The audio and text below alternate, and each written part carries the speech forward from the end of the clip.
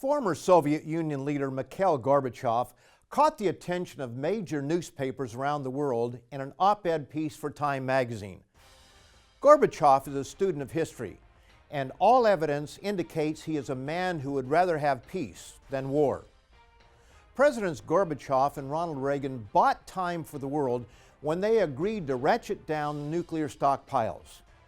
The two men began what appeared to be a truly friendly relationship, following decades of the Cold War between the two superpower antagonists. Mr. Reagan will go down in history as the one who challenged the Soviet president. Mr. Gorbachev, tear down this wall.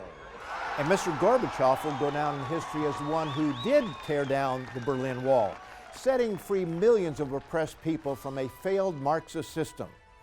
And this opened the way for the reunification of Germany.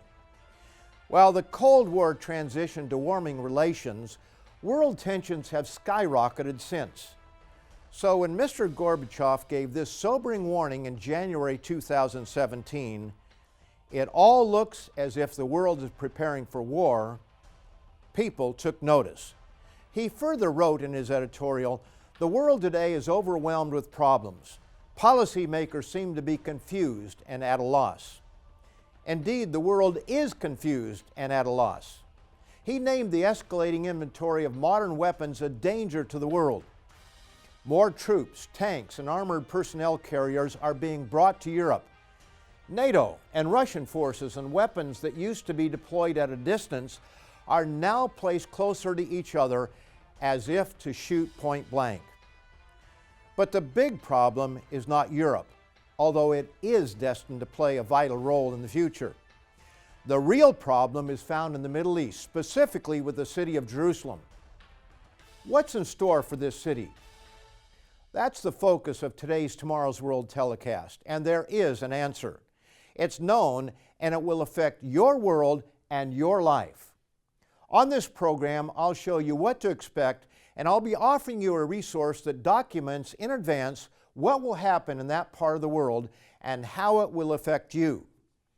This publication, The Middle East in Prophecy, is yours free for the asking. So be sure to have writing material available so you can take down the contact information.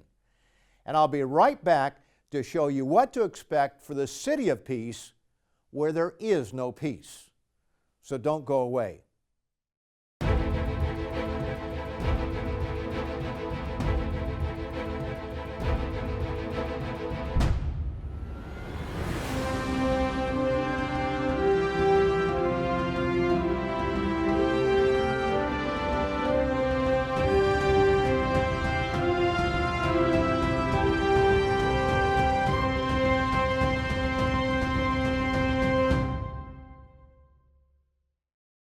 Welcome to Tomorrow's World, and I especially welcome all of you who are tuning in for the first time. I'm pleased you've joined us today. And I'm also pleased to offer you our free publication, The Middle East in Prophecy. Our world is in trouble. As former Soviet President and Nobel Peace Prize recipient Mikhail Gorbachev wrote, politicians and military leaders sound increasingly belligerent and defense doctrines more dangerous. Commentators and TV personalities are joining the bellicose chorus. It all looks as if the world is preparing for war. Nowhere is a specter of war more probable than in the volatile Middle East.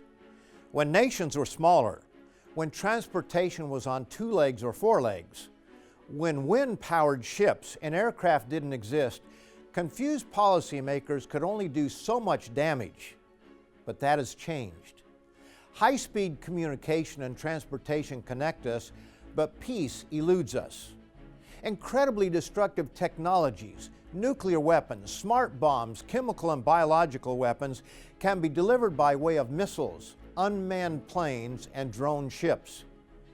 It's a dangerous place when policymakers in this kind of world are, as Mr. Gorbachev says, confused and at a loss.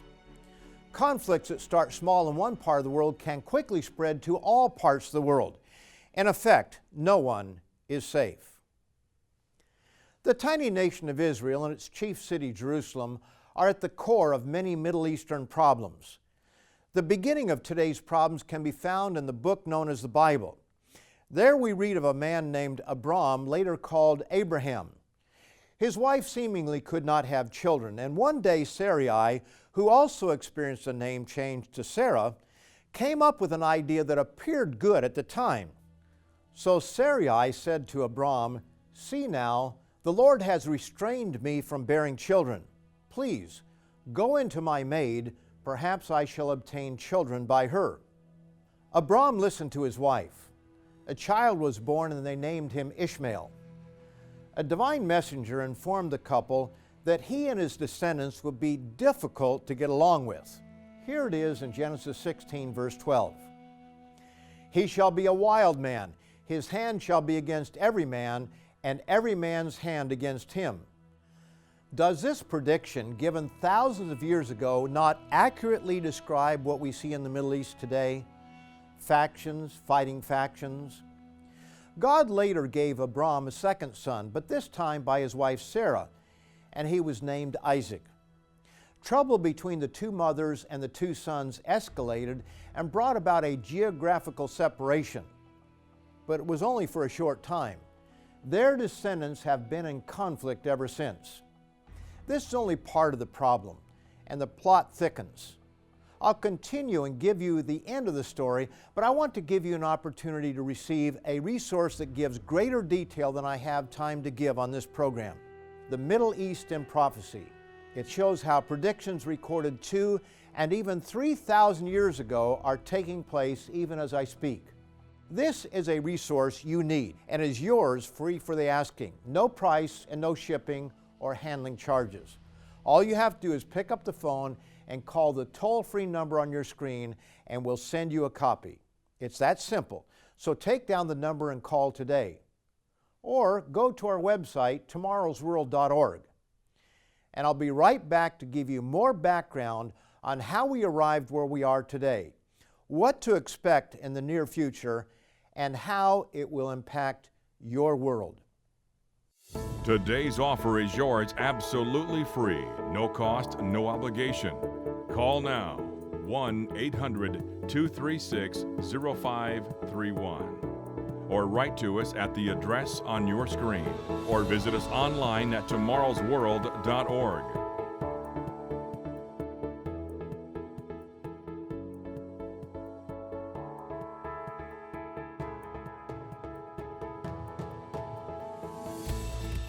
With this offer, you will also receive your free subscription to Tomorrow's World magazine, full of timely articles and unique insights on today's important issues. Then be sure to go to tomorrowsworld.org/digital. Have a digital subscription sent right to your email inbox, faster than postal mail. Visit us online now.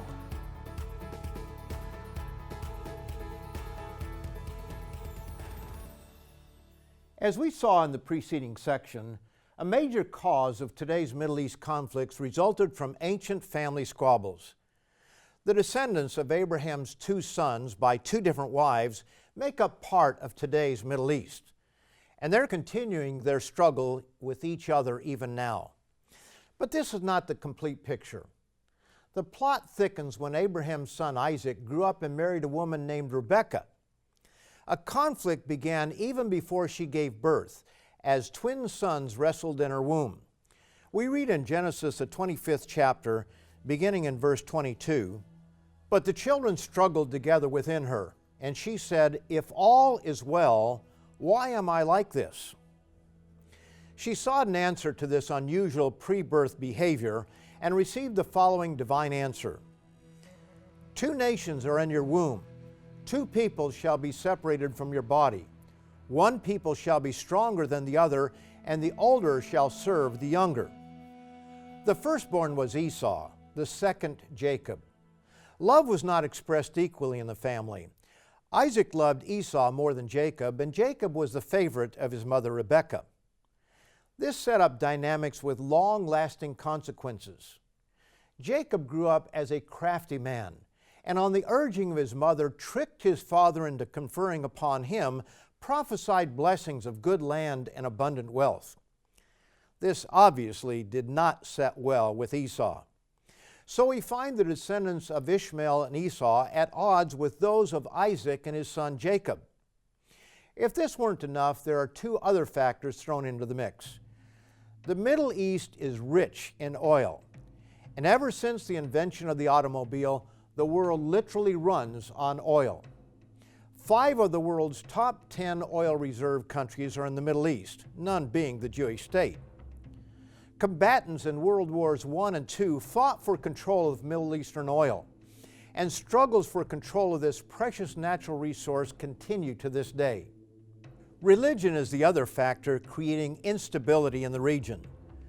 Judaism is the oldest of 3 major religions found there.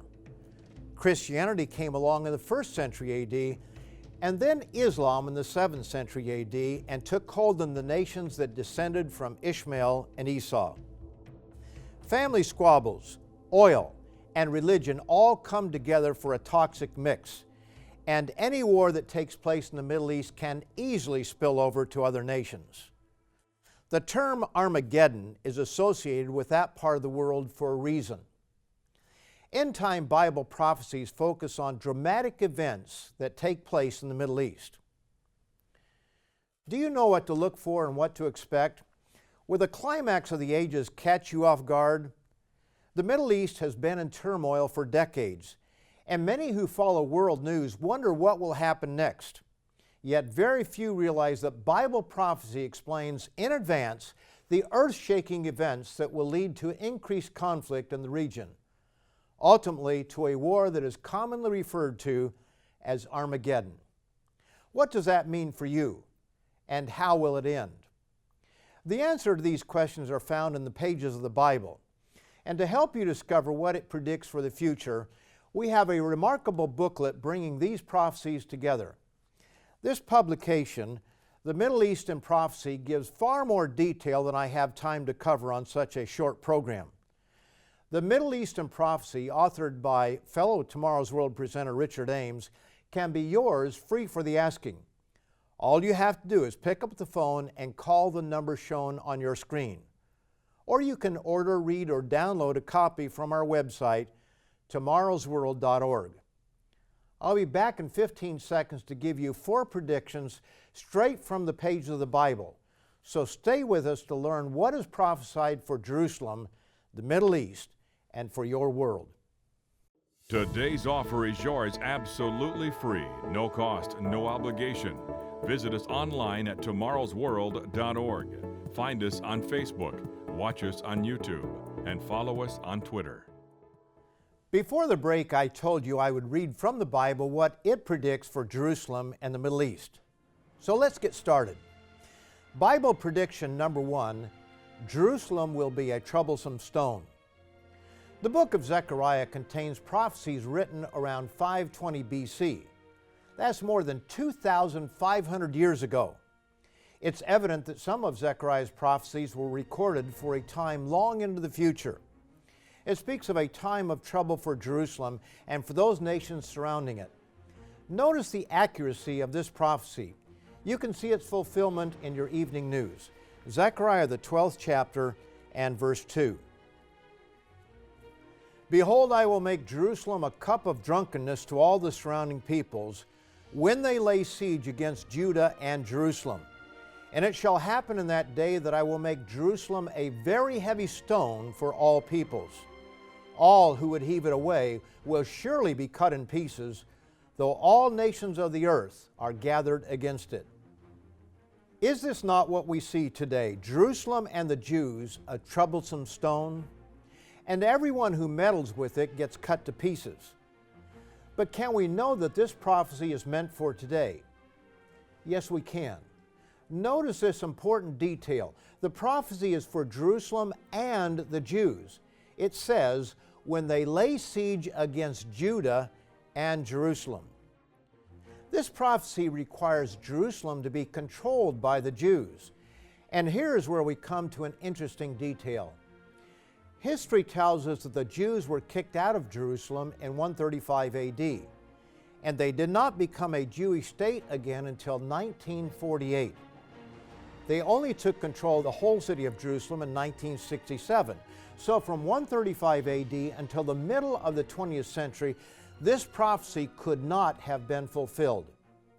But what about the time from Zechariah's predictions in 520 BC until 135 AD? Were they fulfilled during that 655-year period? The answer is no. History does not indicate this, and the prophecy eliminates this possibility. Notice that when the Jews find themselves in trouble from these surrounding nations, that help will come from a long-awaited source. Zechariah, the 12th chapter, verses 9 and 10. It shall be in that day that I will seek to destroy all the nations that come against Jerusalem. Then they will look on me whom they pierced. Yes, they will mourn for him as one mourns for his only son, and grieve for him as one grieves for a firstborn. This is a clear reference to the Messiah, but notice that it says, on me whom they pierced. In other words, this is talking about a physical intervention from the one whom they crucified in 31 AD. Therefore, the prophecy must happen after Jesus' first coming. There is no doubt that the Jews were surrounded and persecuted from 31 to 135 AD, but history shows there was no return of the Messiah to save them from that time.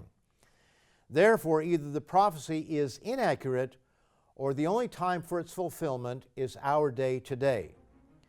So why should we believe it will be fulfilled in our day? First, the fact that it accurately predicted the death of Christ by crucifixion 550 years in advance. Second, we see Jews, after a lapse of more than 1,800 years, once again occupying Jerusalem. And third, we see the exact conditions, Jerusalem a troublesome stone, being fulfilled today. Now we come to our second Bible prediction. Bible prediction number 2, all nations will be against the Jews and Jerusalem. As we read in Zechariah the 12th chapter, all the surrounding peoples will lay siege against Judah and Jerusalem. And also, all nations of the earth are gathered against it. Consider the debates in the United Nations.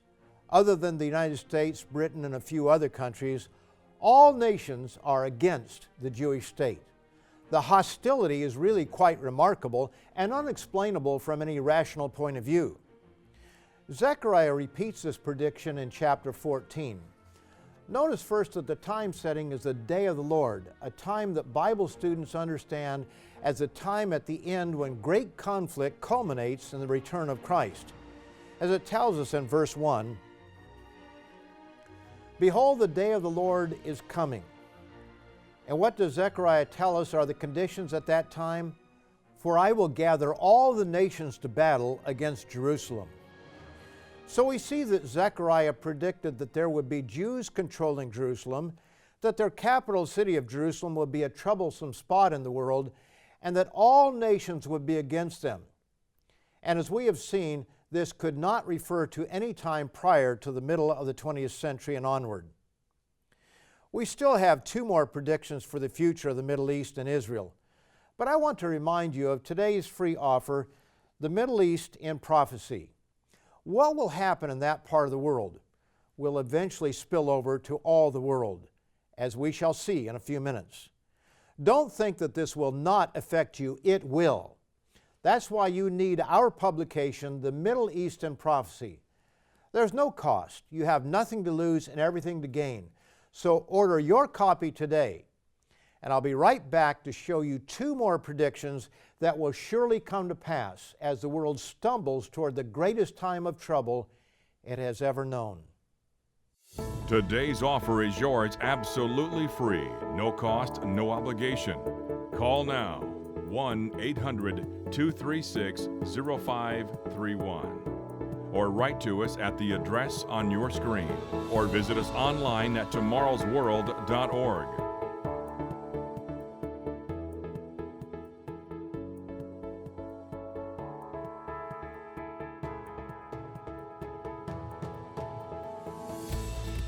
With this offer, you will also receive your free subscription to Tomorrow's World magazine, full of timely articles and unique insights on today's important issues. Then be sure to go to tomorrowsworld.org/digital. Have a digital subscription sent right to your email inbox, faster than postal mail. Visit us online now.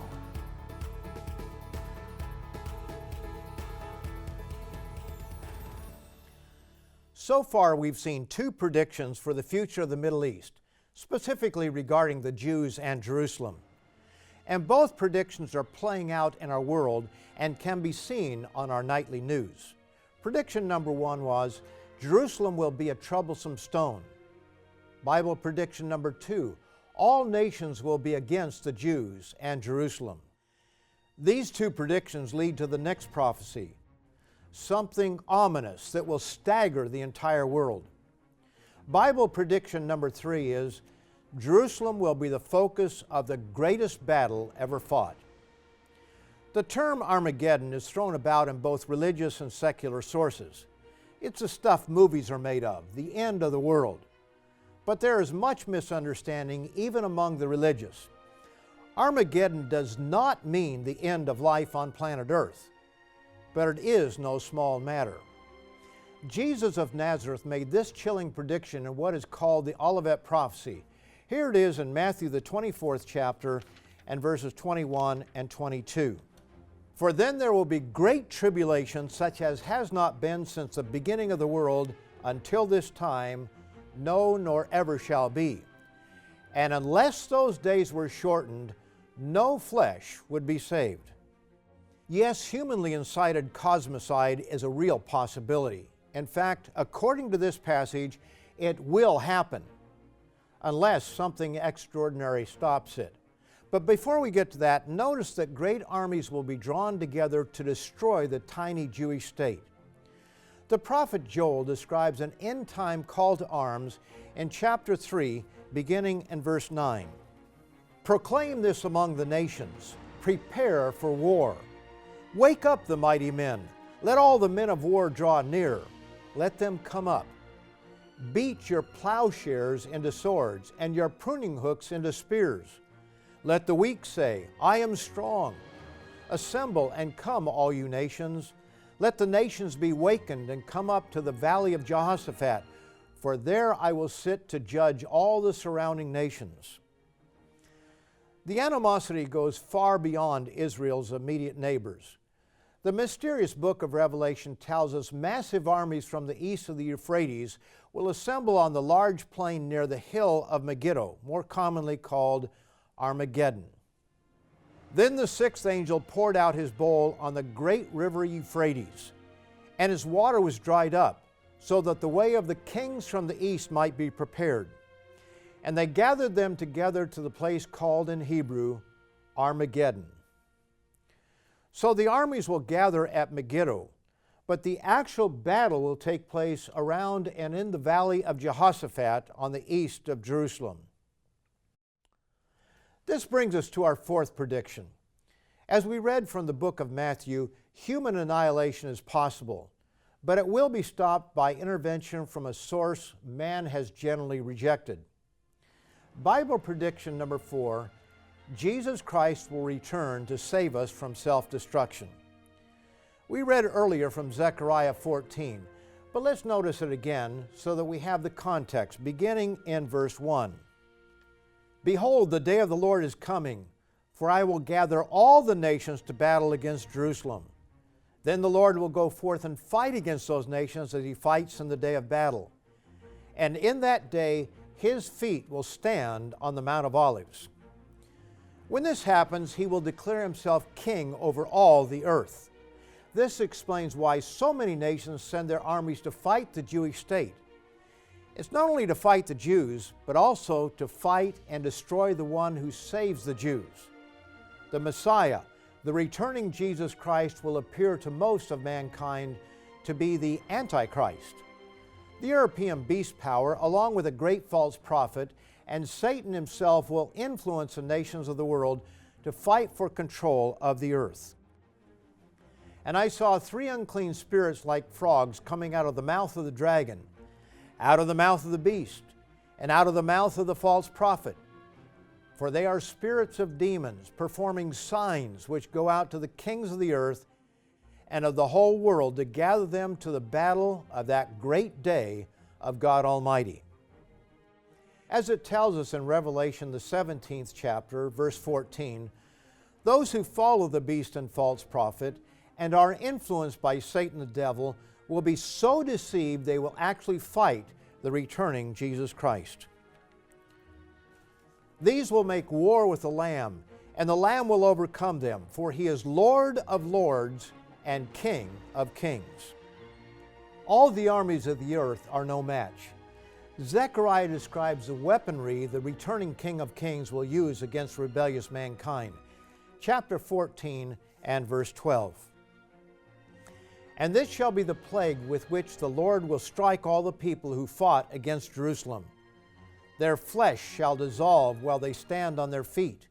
Their eyes shall dissolve in their sockets, and their tongues shall dissolve in their mouths. And as terrible as this description is, the result of this final battle between rebellious mankind and his Creator will be peace. Isaiah describes this wonderful time in these beautiful words. Now it shall come to pass in the latter days that many people shall come and say, Come, and let us go up to the mountain of the Lord, to the house of the God of Jacob. He will teach us His ways, and we shall walk in His paths. For out of Zion shall go forth the law, and the word of the Lord from Jerusalem. He shall judge between the nations and rebuke many people. They shall beat their swords into plowshares, and their spears into pruning hooks. Nation shall not lift up sword against nation, neither shall they learn war any more. Dear friends, these prophecies are for real. The trouble you see in the Middle East and Jerusalem was predicted long ago. None of man's efforts will bring peace to this conflicted corner of the world. But when we come to the place of total destruction, a loving God will intervene. He will defeat His enemies, and peace will be the result. Jerusalem will then become what it is not now, the city of peace. To learn more about the Middle East, Jerusalem, and what this region means for the world, be sure to order your free copy of The Middle East in Prophecy. And be sure to come back next week when Richard Ames, Wallace Smith, and I, along with guest presenter Rod McNair, will bring you more of today's news in the light of end-time prophecies. Until next time, may the peace and truth of Almighty God and Jesus Christ be with you.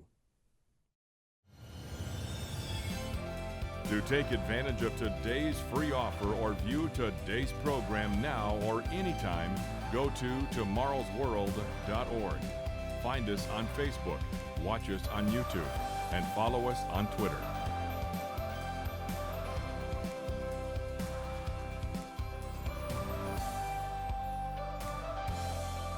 The preceding program is produced by the Living Church of God.